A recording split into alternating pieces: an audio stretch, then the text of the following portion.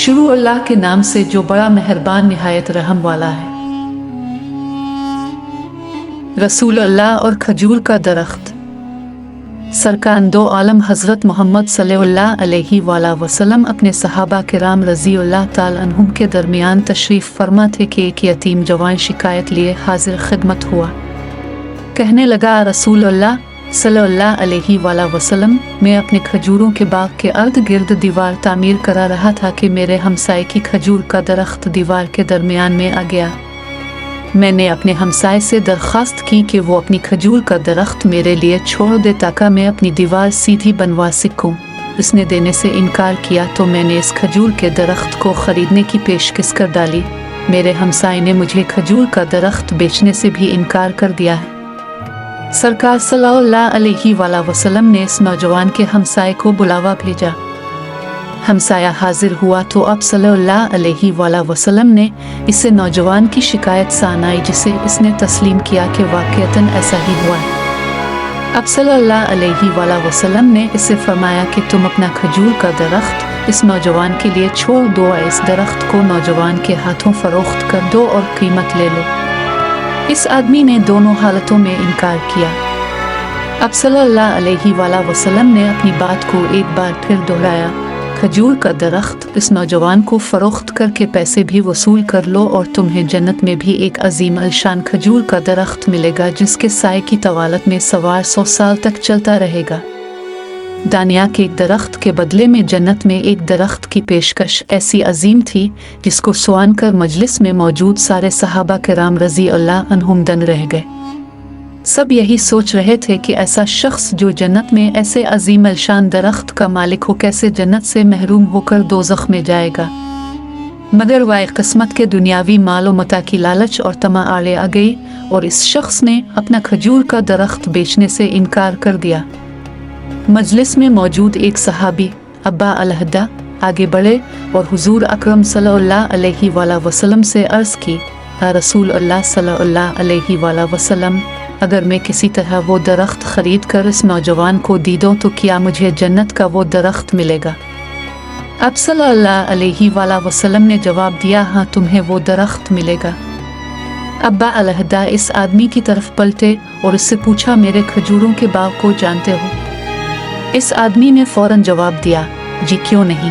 मदीने का कौन सा ऐसा शख्स है जो अब्बा अलहदा के 600 खजूरों के बाग को न जानता हो? ऐसा बाग जिसके अंदर ही एक महल तामीर किया गया है, बाग में मीठे पानी का एक कुनवा और बाग के अर्द गिर्द तामीर खूबसूरत और नुमायां दीवार दौर से ही नजर आती है। मदीना के सारे ताजिर तेरे बाग की आला अक़साम की खजूरों को खाने और ख़रीदने के अंतजार में रहते हैं।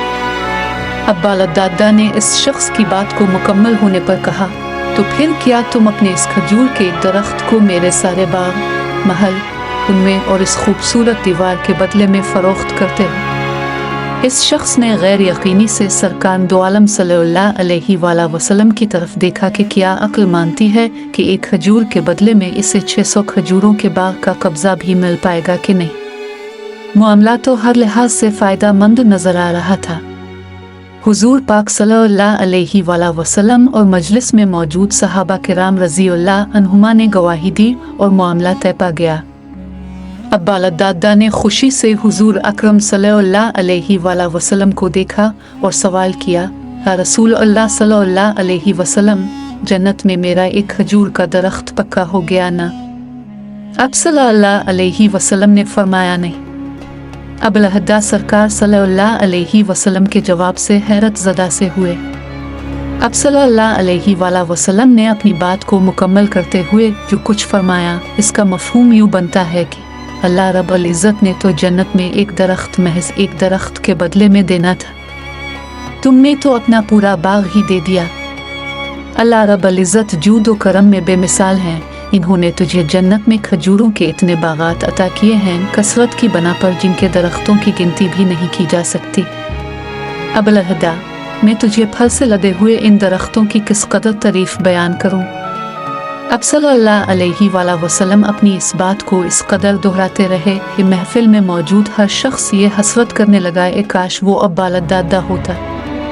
اب بالا دادا وہاں سے الفاٹے کر جب اپنے گھر کو لوٹے تو خوشی کو چائے پا نہ پا رہے تھے۔ گھر کے باہر سے ہی اپنی بیوی کو آواز دی کہ میں نے 4 دیواری سمیت یہ باغ، محل اور کنواں بیچ دیا ہے۔ بیوی اپنے خاوند کی کاروباری خوبیوں اور صلاحیتوں کو اچھی طرح جانتی تھی۔ اس نے اپنے خاوند سے پوچھا، اب بالا دادا کتنے میں بیچا ہے یہ سب کاج؟ اب بالا دادا نے اپنی بیوی سے کہا کہ میں نے یہاں کا ایک درخت جنت میں لگے ایسے ایک درخت کے بدلے میں بیچا ہے جس کے سایہ میں سوار 100 سال تک چلتا رہے۔ اب بالا دادا کی بیوی نے خوشی سے چلاتے ہوئے کہا، اب بالا دادا تو نے منافع کا سودا کیا ہے۔ اب بالا دادا تو نے منافع کا سودا کیا ہے۔